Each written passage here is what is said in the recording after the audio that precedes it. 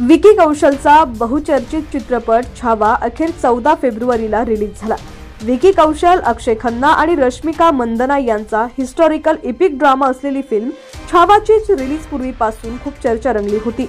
त्यामुळे हा चित्रपट पहिल्या दिवशी बंपर ओपनिंग करणार हे फिक्स होतं। तसंच वाढत्या क्रेजमुळे चित्रपटानं ॲडव्हान्स बुकिंगमध्येही मोठी मुसंडी मारली होती।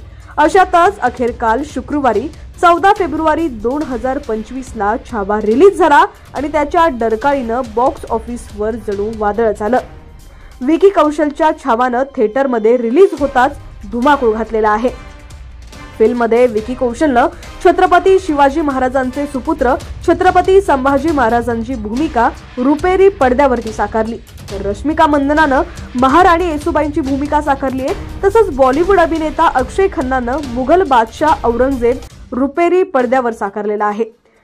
चित्रपटाची सर्व स्टारकास्ट भारी असून सर्वांनी रुपेरी पडद्यावर भूमिका जिवंत करण्यासाठी जीव ओतल्याचं पाहायला मिळाल्याच्या प्रतिक्रिया प्रेक्षकांनी दिलेल्या आहेत। अनेकांनी तर स्टार्सचा दमदार अभिनय इतका खराखुरा वाटतो की अंगावर शहारे उभे राहतात असं म्हटलेलं आहे।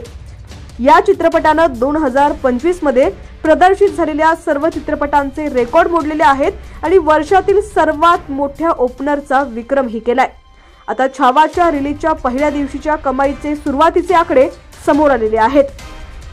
सुरुवातीच्या ट्रेंड रिपोर्टनुसार छावानं रिलीजच्या पहिल्या दिवशी 31 कोटी रुपये कमवलेले आहेत। हे प्राथमिक आकडे असले तरी अधिकृत आकडेवारी जाहीर झाल्यानंतर त्यात काही बदल होऊ शकतात।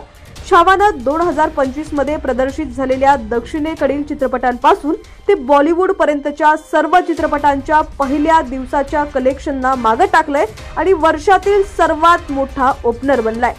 यावर्षी एकूण 8 दक्षिण आणि बॉलिवूड चित्रपट थिएटरमध्ये प्रदर्शित झालेले आहेत।